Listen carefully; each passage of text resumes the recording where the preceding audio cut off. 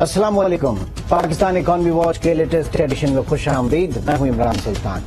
नाज़रीन, खबर आई कि काबीना कमेटी के इजलास में वज़ीर आज़म ने अद्वियात की कीमतों में कुछ 8-10 अद्वियात थी, उनकी कीमतों में इजाफे की समरी को मुस्तरद कर दिया।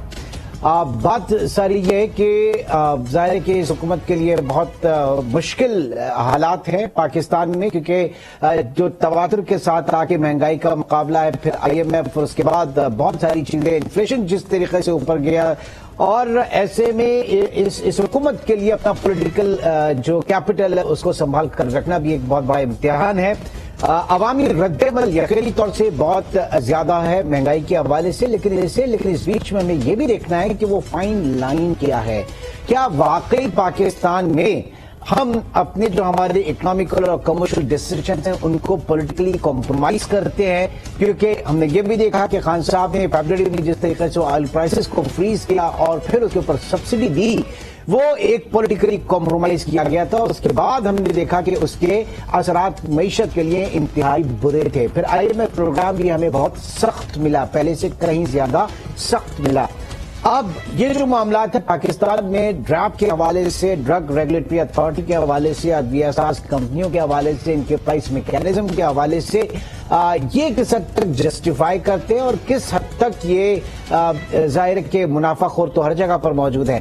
लेकिन इस एपिसोड का हम जो एक फ्लिप साइड देख रहे हैं वो ये कि जो पैरासीटामोल का ब्रांड है पैनाडोल, वो इस वक्त नापैद हो चुका है, उसकी किल्लत है और बड़े बड़े इसके ऊपर खबरें भी आ रही हैं, आर्टिकल्स भी लिखे जा रहे हैं। और सूरत हाल यह है कि पाकिस्तान में इस वक्त तकरीबन 60 से 65% पाकिस्तान ज़ेर-ए-आब है। पाकिस्तान जो है वो सैलाब की नजर है, और ऐसे में जो वबाई बीमारियां हैं वो बुरी तरीके से जो है वो फैल सकती हैं। इस वक्त कोरोना जो है उसके भी केसेस पाकिस्तान में मौजूद है। साथ ही साथ हम देख रहे हैं कि डेंगू और मलेरिया और साथ ही साथ हैजा, गैस्ट्रो, ये तमाम वो अमराज हैं जो इस वक्त वबाई सूरत इख्तियार कर सकते हैं, और कई एक जगहों पे ऐसी सूरत हाल है भी। ऐसे में जो पेन रिलीवर होती है मेन पैनाडोल, वो इस वक्त मार्केट में नहीं है। क्या सूरत हाल है, क्यों इस वक्त जो है वो कॉस्ट इफेक्टिवनेस नहीं रही? जो तैयार करने वाले हैं उनके लिए बड़े मसाइल हैं, वो अपने आप को खसारे में नहीं बेच सकते।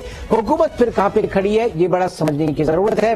प्रोग्राम में डॉक्टर कसर वहीद, साबिक chairman PPM pharma manufacturers association, हमारे साथ मौजूद हैं। डॉक्टर साहब बहुत बहुत शुक्रिया। सबसे पहले तो ये हम जानना चाहेंगे कि क्या वाकई ये सही है कि हम अपने इकोनॉमिक और कमर्शियल डिसीजंस के अंदर पॉलिटिकली कॉम्प्रोमाइज करते हैं और इस चीज का पाकिस्तान को हर जगह पर नुकसान होता है, नुकसान होता है? सबसे पहले तो हमें एक बात समझने की कोशिश करनी चाहिए, 90 आपकी आवाज कट रही है।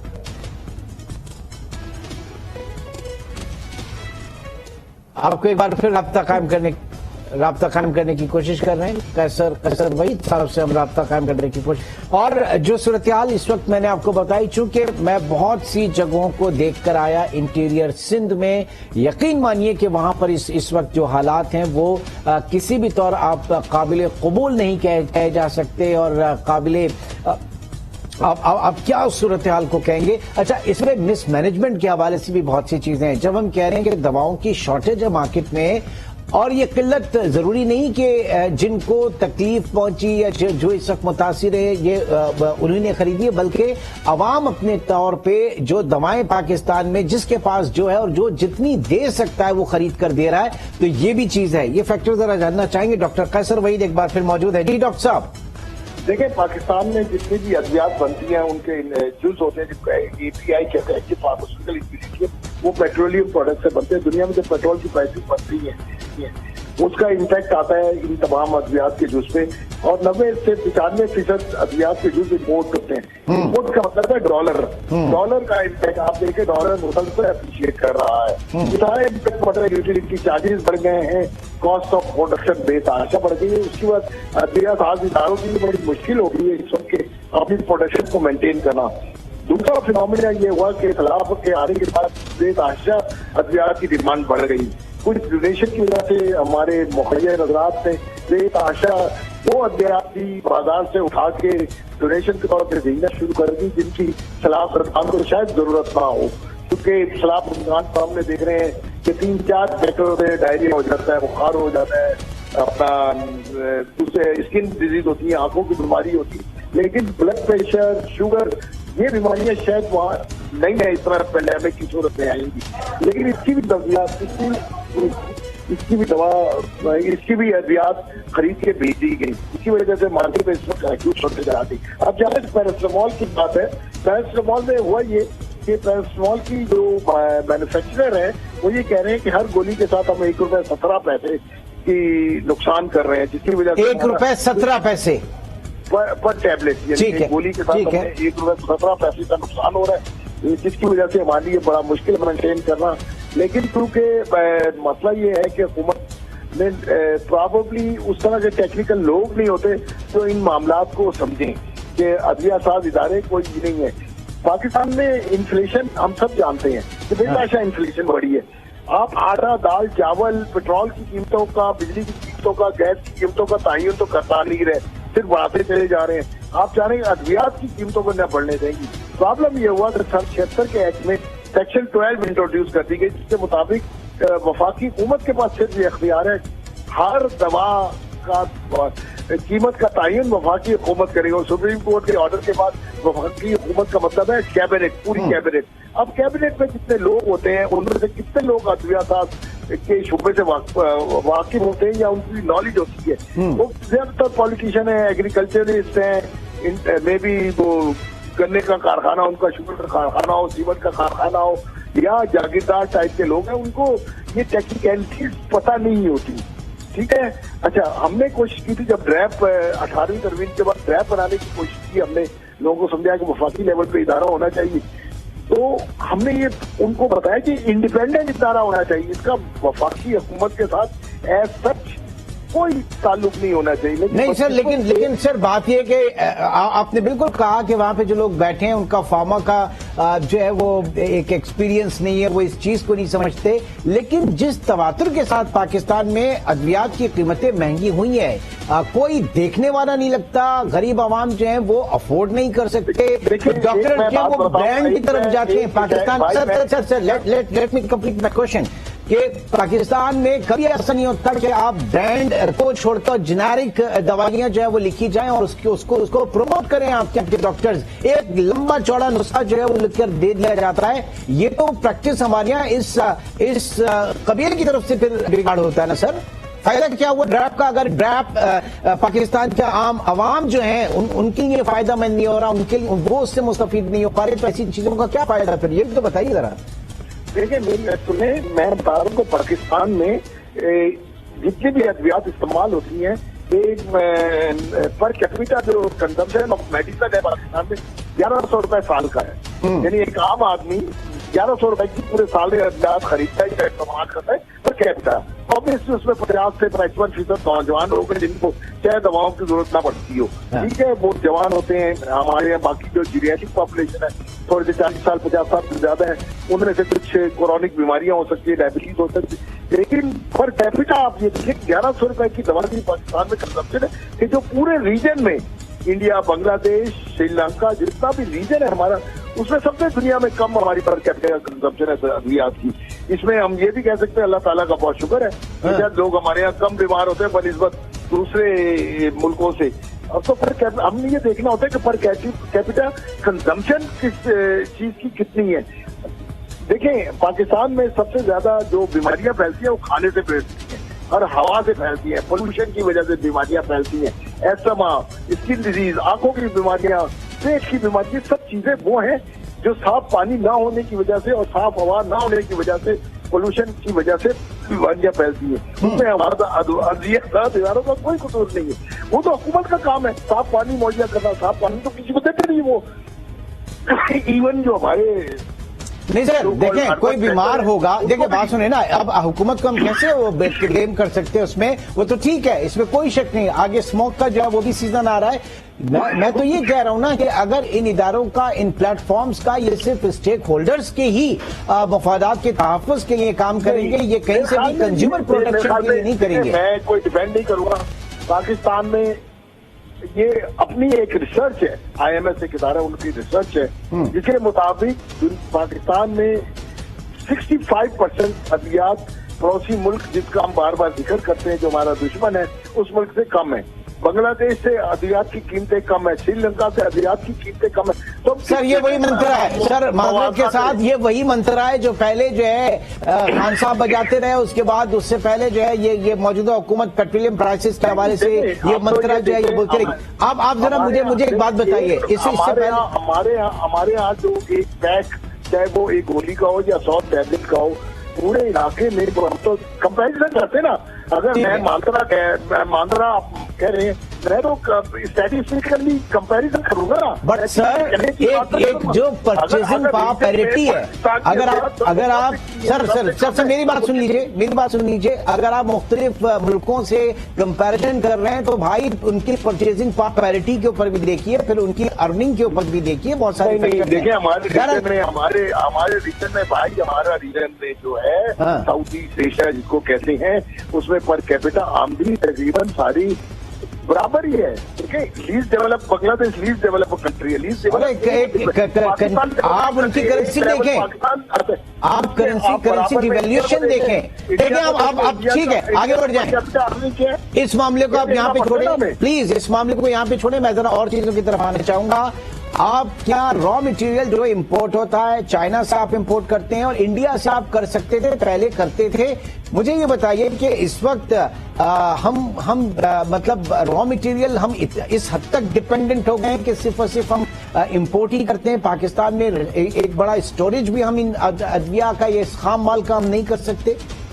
देखिए आप सुने, अब ये बड़ी लंबी बहस हो जाएगी। 1961 में नेफ्टा क्रैकर प्लांट की तमरी बनी थी TC1, जो कि आज तक पाकिस्तान में नेफ्टा क्रैकर प्लांट ही बना, जिसकी वजह से हम रिवर्स इंजीनियरिंग करके जो बेसिक पेट्रोलियम प्रोडक्ट का मॉलिक्यूल बना सकते हैं, दवा का बेसिक यूज बना सकते हैं, कार्बन मॉलिक्यूल वो हम नहीं बना पा रहे। हमारे पड़ोसी मुल्क में 2 वो प्लांट है, मिडिल ईस्ट में प्लांट, पाकिस्तान में हाइड्रो क्रैकर प्लांट नहीं लगा अब तक। अब उस वक्त उसकी कीमत बहुत कम थी, 1961 में अगर लग जाता उसकी कीमत अप्रूव हो जाती और वो हो जाता। तो आज पाकिस्तान में जो ये आप जो बात कर रहे हैं, पाकिस्तान में हम रॉ मटेरियल अपना खुद बना रहे होते, और किस्मत से हम नहीं बना सकते रॉ मटेरियल, हमें इम्पोर्ट करना पड़ता है। इस वक्त 3 तरह लेवल होता है, level 1, level 2, level 3 raw material बनाने का। जो बुनियादी यूज होता है लेवल 1 या लेवल 2, वो सारा मटेरियल हमें बाहर से मंगाना पड़ता है। उसकी प्रोसेसिंग करके हम लेवल 3 पे जाते हैं, जो कि एक्टिव फार्मास्यूटिकल इंग्रेडिएंट यानी जिससे दवा बन सकती है। ये हमारा डायलेमा है कि हमें सारे जो बेसिक रॉ मटेरियल है, बेसिक जो इंग्रेडिएंट है रॉ मटेरियल बनाने के, वो भी हमें इम्पोर्ट करने पड़ते हैं, क्योंकि हमारे पास वो चीजें नहीं, साइज नहीं है। हमने अच्छा, दूसरा ये कोविड टाइम में रॉ मटेरियल इंपोर्ट करने के हवाले से कुछ ड्यूटी में कंसेशंस वगैरह दिए गए थे, कुछ बेहतर पॉलिसी हुई थी कोविड से जिस तरीके से आपने निपटा था? इस वक्त हमारा ड्यूटी इशू नहीं है, हमारा ड्यूटी इशू नहीं है, हमारा तो डॉलर अप्रिसिएशन इशू है। एवरी पासिंग डे आज भी $2.5 बढ़ गया हमारा। हम अगर एक माल $1 का मंगाते हैं, जब वो कराची पहुंचता है, जब लैंड करता है, तो $1.27 का हो चुका होता है वो। ठीक है, कोई चीज उसका इतना इम्पैक्ट आ रहा है, तो उसके ऊपर ड्यूटियां, टैक्सेस, वेरियस चीजें लग के वो हमें पड़ता है 35 का, $1.35 का। तो ये कॉस्ट इम्पैक्ट बहुत बढ़ रहा है। दूसरा यूटिलिटी चार्जेस, मैं अपनी फैक्ट्री की बात बता रहा हूँ, मेरा बिजली का बिल 2.5 लाख रुपए आता रहा आज से सिर्फ 1 साल पहले, 18 लाख आता है उसी कंजम्पशन के ऊपर। तो आप बताएं इस तरह से जो मैंने इसीलिए शुरू में कहा सर, मैंने प्रोग्राम में वाकई शुरू में ये बात कही थी कि किस हद तक ये मफरूजा है और किस हद तक ये बात सही है कि जस्टिफाई करता है कि जब आप भी अपने कमर्शियल इंटरेस्ट के लिए बैठे, जितनी पाकिस्तान में इंडस्ट्रीज है वो मुनाफे के लिए है। यह अलग बात है कि जायज और नाजायज की बहस एक अलग चीज है, लेकिन जो भी कारोबार है वो एक मुनाफे के लिए होता है और उसके कमर्शियल इंटेंशंस होते हैं। बहुत सारी है कि इस वक्त पैरासीटामोल के हवाले से, अगेन अगर मैं पैराडोल के हवाले से बात करूं, आप कह रहे थे ₹1.17 खसारे में है, तो इसकी प्रोडक्शन के ऊपर कितना फर्क पड़ा है और एक्चुअल ग्राउंड पे पोजीशन क्या है? क्या ये किल्लत हो चुकी है? रियलिटी देखें, रियलिटी ये प्रोडक्ट बनाती है GSK का ब्रांड है ये, ठीक है। GSK टोल मैन्युफैक्चरिंग कराती है एक और पाकिस्तानी कंपनी से। अब एक तो मटेरियल कॉस्ट है, एक जो बनवाई देते हैं उस कंपनी को, वो भी कॉस्ट का हिस्सा है, ठीक है ना। हमें ये बहुत सारे लोगों को और हुकूमत को शायद ये बात पता नहीं है कि असल में ब्रांड वो कहीं और बनती है। जो उनको वो मजदूरी देनी पड़ती है उस कंपनी को भी, पाकिस्तानी कंपनी को भी, तो भाई अब आप ये दवा हमारे लिए आप बनाएं, ठीक है ना। ये सारी चीजें हमें देखनी पड़ती हैं कि पाकिस्तान में जो कॉस्ट इम्पैक्ट आ रहा है उसके मसाइल क्या है। हाँ देखें, जब समरी आती है ना तो वजीर आजम के पास या कैबिनेट के पास इन तफसीलात में जाने का, जो देखिए टेक्निकल लोग को ना ड्रग पॉलिटिकली देखते हैं सर, वो अपने पॉलिटिकल माइंडसेट के साथ चीजों को देखते हैं। देखिए इसका नुकसान क्या हो रहा है, आप ये देखें इस वक्त डेंगू है, आप डेंगू में सबसे जो बड़ी अलामत होती है वो होती है बुखार। अगर बुखार लोगों का ट्रीट ना हो तो वो हालत उसकी मरीज की बिगड़ सकती है, जिसकी वजह से हॉस्पिटलाइजेशन बढ़ रही है। तो दवा मरीज को मिल नहीं रही, लोग अस्पतालों की तरफ जा रहे हैं, अस्पतालों में जगह नहीं है।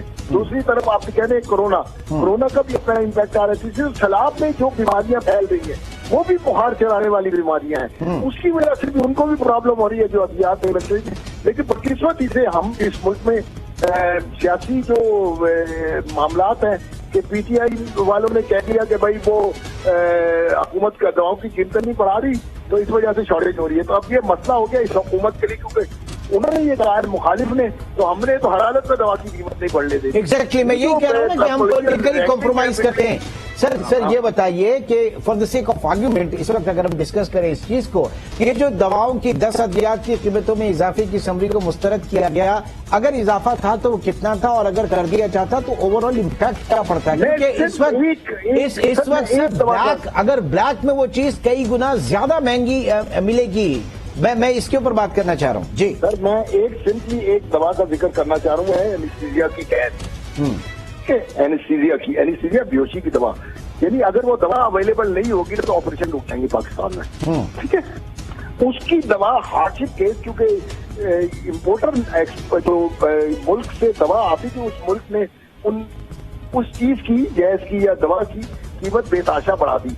अब जो यहाँ का लोकल इम्पोर्टर था जो दवा इम्पोर्ट कर रहा था, वो या गैस इम्पोर्ट कर रहा था, उसके लिए ये नामुमकिन हो गया उस दवा को मंगाना। तो उसने हार्डशिप केस, हमारी ड्रग प्राइसिंग पॉलिसी में एक चीज दी है कि भाई अगर आपको कॉस्ट इतना इम्पैक्ट आ रहा है, आप साबित करें कि कॉस्ट इम्पैक्ट है, तो हम आपको एक हार्डशिप केस में आपको एक गुंजाइश निकाल के देंगे। वो हार्डशिप के केसेस 10 केसेस वो गए थे जो बड़ी असेंशियल और बहुत ही, यानी कि जिसके बगैर ना अस्पतालों का गुजारा है ना मरीजों को गुजारा है, वो दवा जिंदगियात लाइफ सेविंग हेल्थ ने कैबिनेट में भेजी थी।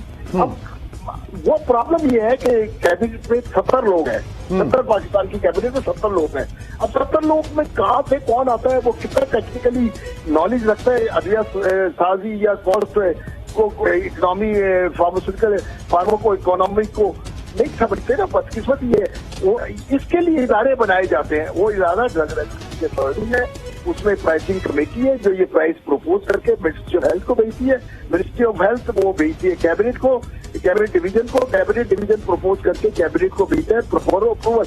अभी तो बड़े आराम से ये सिलसिला चल रहा था। इस वक्त बदकिस्मती ये हुई कि खाने पीने की चीजों की कीमतों का तयन नहीं कर काबू नहीं कर सके, पेट्रोल को कभी नहीं कर सके, गैस को नहीं कर सके, किसी कीमत का वो कंट्रोल नहीं कर सकते। उन्होंने कहा दवा सेक्शन 12 के साथ आप कंट्रोल कर सकते। इसकी कीमत क्योंकि हमने तयन करना है तो हम इनको नहीं बढ़ने चाहे दवा साथ इदारे। इसका मतलब तो मैं ये समझ रहा हूँ आपकी गुफ्तगू से, जितना इफेक्टिव और सरगर्म नैपरा होता है ऑयल प्राइसेस की एडजस्टमेंट के हवाले से, फ्यूल एडजस्टमेंट के हवाले से, ओगरा जितना इफेक्टिव रोल होता है उतना शायद ड्रैप का नहीं है। ड्रग रेगुलेटरी अथॉरिटी जो है शायद कन्विंस नहीं कर पाती, वरना ये सारे मामला इस तरह नहीं चलते। अभी जितना मैस इस वक्त क्रिएट हो चुका है पाकिस्तान में, खुदा ना खास्ता अल्लाह ना करे किसी बीमारी की कोई भी एक लहर जो है वो उड़ा के रख सकती है।